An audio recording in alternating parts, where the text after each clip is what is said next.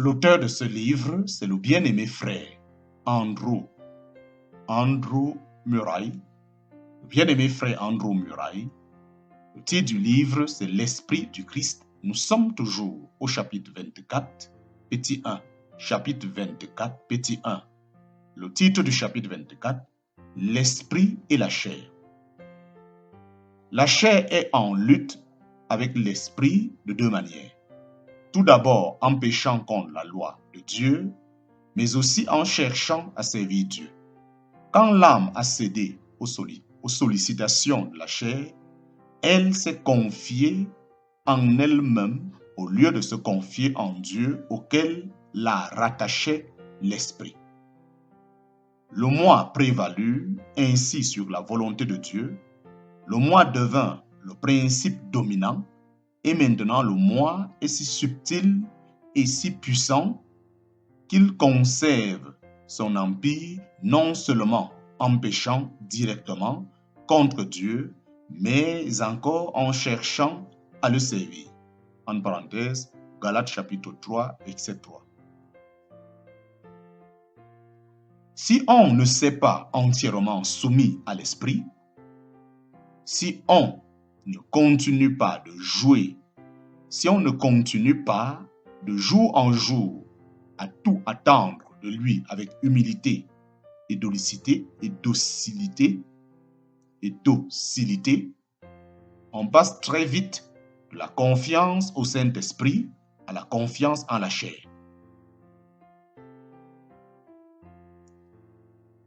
Si on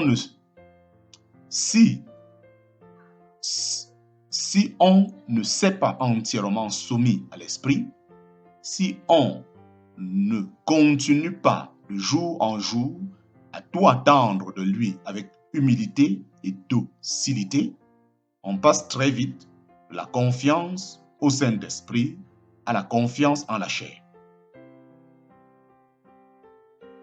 C'est ainsi que tout effort de la chair pour servir Dieu devient la force même du péché. Ceci peut paraître paradoxal, mais n'en est pas moins vrai. Les pharisiens, avec leur propre justice, en sont un exemple.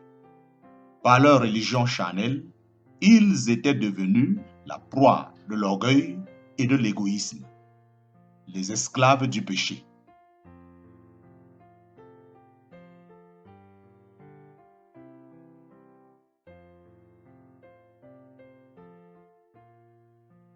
Ainsi que tout effort de la chair pour servir Dieu devient la force même du péché. Ceci peut paraître paradoxal, mais n'en est pas moins vrai. Les pharisiens, avec leur propre justice, en sont un exemple. Par leur religion charnelle, ils étaient devenus la proie de l'orgueil et de l'égoïsme, les esclaves du péché.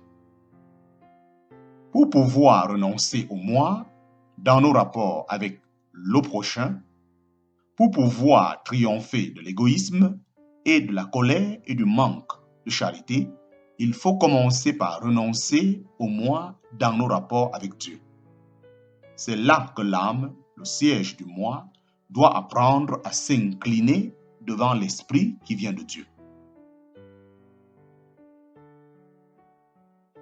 Jésus-Christ crucifié est la sagesse de Dieu. Quand la confiance en la chair s'allie à la doctrine qui glorifie Christ, elle compte sur sa propre sagesse.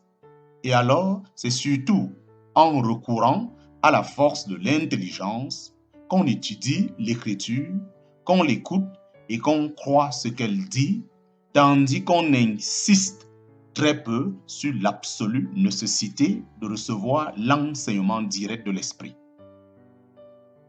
Quand nous recevons l'Esprit en nous par le Saint-Esprit, quand nous recevons Christ en nous par le Saint-Esprit, nous avons non seulement la sagesse de Dieu, mais aussi sa force. Jésus-Christ crucifié est la sagesse de Dieu. Quand la confiance en la chair s'allie à la doctrine qui glorifie Christ, elle compte sur sa propre sagesse. Et alors, c'est surtout en recourant à la force de l'intelligence qu'on étudie l'Écriture, qu'on l'écoute et qu'on croit ce qu'elle dit, tandis qu'on insiste très peu sur l'absolue nécessité de recevoir l'enseignement direct de l'Esprit. Quand nous recevons Christ en nous par le Saint-Esprit, nous avons non seulement la sagesse de Dieu, mais aussi sa force.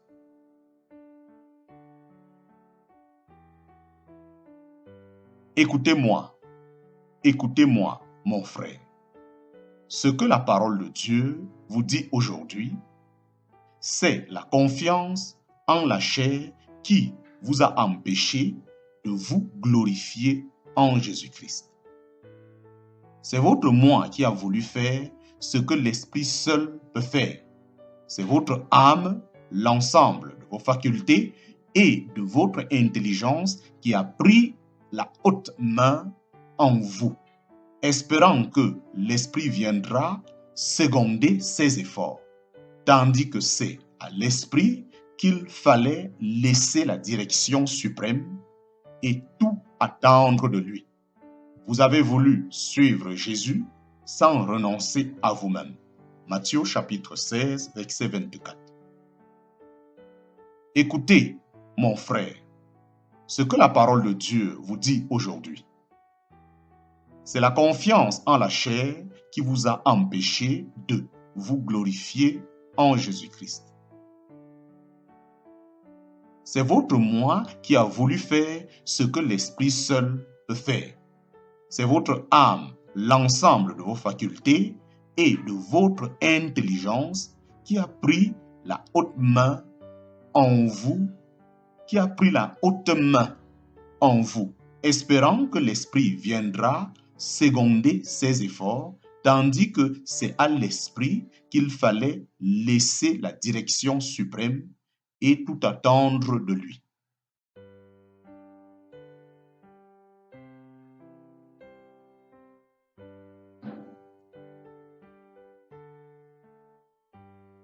Vous avez voulu suivre Jésus sans renoncer à vous-même. En parenthèse, Matthieu chapitre 16, verset 24. Ici, je dois insister de nouveau sur la vérité divine que tout ce livre cherche à faire comprendre. Glorifiez-vous en Jésus-Christ. Glorifiez-vous en lui parce qu'il est lui-même le Christ glorifié qui baptise du Saint-Esprit. Avec confiance et simplicité, croyez qu'il a déjà envoyé son esprit en vous. Croyez en ce don. Croyez que le Saint-Esprit habite en vous et voyez là le secret de toute vie de Christ en vous. Je dois me glorifier en un Sauveur dont le Saint-Esprit révèle en moi la présence et la gloire. Et par là, je renvoie la chair à sa place sur la croix, la place de tout ce qui est déchu et maudit. Voilà ce qui met fin à toutes les œuvres de la chair.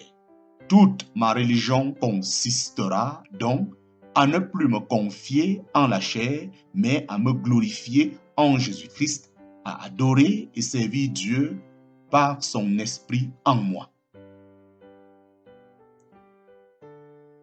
Vous, croyants, qui avez commencé par l'esprit, continuez, persévérez à marcher par l'esprit.